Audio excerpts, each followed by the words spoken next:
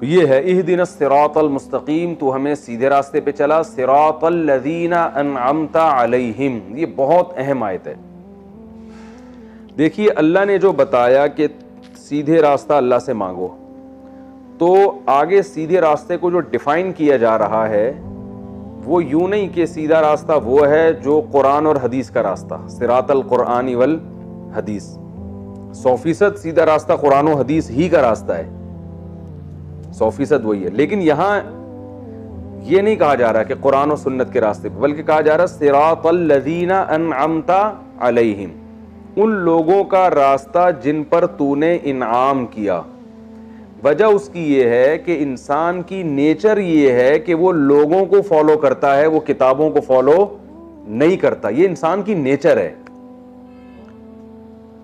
और दूसरा इसमें एक इशारा तो ये है, तो अल्लाह ताला इंसान की नेचर को जानते हैं, तो नेचर के हिसाब से बात की है कि अल्लाह लोग दुनिया में दोनों तरफ के होंगे, इनाम याफ्ता भी और वो भी जिन पर तेरा गजब हुआ होगा। तो मुझे जो है ना उन लोगों के रास्ते को फॉलो करना है जो इनाम याफ्ता हूं। ये इंसान की नेचर के हिसाब से बात की जा रही है, क्योंकि इंसान को देख के उसके पीछे चलता है। वो किताब भी किसी इंसान की लिखी हुई होगी ना, लेकिन उसे इंसानों में वो सीरत नजर आनी चाहिए। फिर वो इंसानों को देख के, अगर सिर्फ दीन और वो जो हक सिर्फ किताबों में हो, इंसान दुनिया में ना हो कोई भी उसको फॉलो करने वाले, तो फिर कोई भी इंसान उसको फॉलो नहीं करेगा। इंसानों को देख के, जैसे वबा है ना, इंसानों को इंसानों से लगती है, किताबों से थोड़ी लगती है। वबा इंसानों को कहां से लगेगी? इंसानों से लगेगी। आज जो कोरोना वायरस फैला हुआ है वो इंसानों को इंसानों से कहा जा रहा है सोशल डिस्टेंस रखें। तो जैसे बीमारियां इंसानों से लग के मल्टीप्लाई होती चली जाती हैं, ऐसे हिदायत के जो जरासीम हैं वो भी एक दूसरे से लगते हैं। तभी आप ये देखें कि रसूलुल्लाह सल्लल्लाहु अलैहि वसल्लम जब दुनिया में आए तो अल्लाह ताला ने आप सल्लल्लाहु अलैहि वसल्लम को क्या फरमाया कि हम आपको ये किताब दे रहे हैं, तो आपकी जिम्मेदारी है, 28वें पारे की आयत है, युअल्लिमुहुमुल किताब वल हिकमा, नबी की जिम्मेदारी है कि ये इनको किताब सिखाएंगे। तो सहाबा किराम को कुरान समझने के लिए बाकायदा एक शख्सियत भी दी गई है जिनको मोहम्मद सल्लल्लाहु अलैहि वसल्लम कहा जाता है। हालांकि वो अरबी ज़बान हमसे ज़्यादा जानते थे, उनको ये ग्रामर पढ़ने की ज़रूरत नहीं थी, तो उनको कुरान के लिए नबी की बिल्कुल भी ज़रूरत बज़ाहिर नहीं थी। लेकिन अल्लाह ने बताया कि ये कुरान कौन डिफ़ाइन करेगा? मोहम्मद सल्लल्लाहु अलैहि वसल्लम। तो इनकी शख्सियत को देख के इस कुरान को फॉलो करना है तुमने, या यूं भी कह सकते हैं कि इस कुरान को सामने रखकर इस शख्सियत को फॉलो करना है। और आप सोचें कि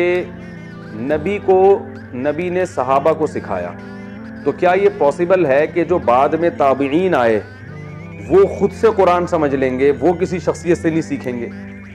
ये मुमकिन नहीं है ना, क्योंकि जब सहाबा बराह रास्त कुरान नहीं समझ पाएंगे बल्कि नबी उनको सिखाएंगे, तो ये कैसे मुमकिन है कि ताबीईन सहाबा से समझे बगैर खुद से समझना शुरू कर देंगे? ये भी मुमकिन नहीं है। तो ताबीईन ने किससे सीखा? सहाबा से, क्योंकि इनाम याफ्ता उस दौर में कौन थे? सहाबा थे। तो ताबीईन ने अल्लाह से सहाबा का रास्ता मांगा कि हमें इनके रास्ते पे चला, और इनसे सीखा उन्होंने। ताबीईन ने किससे सीखा?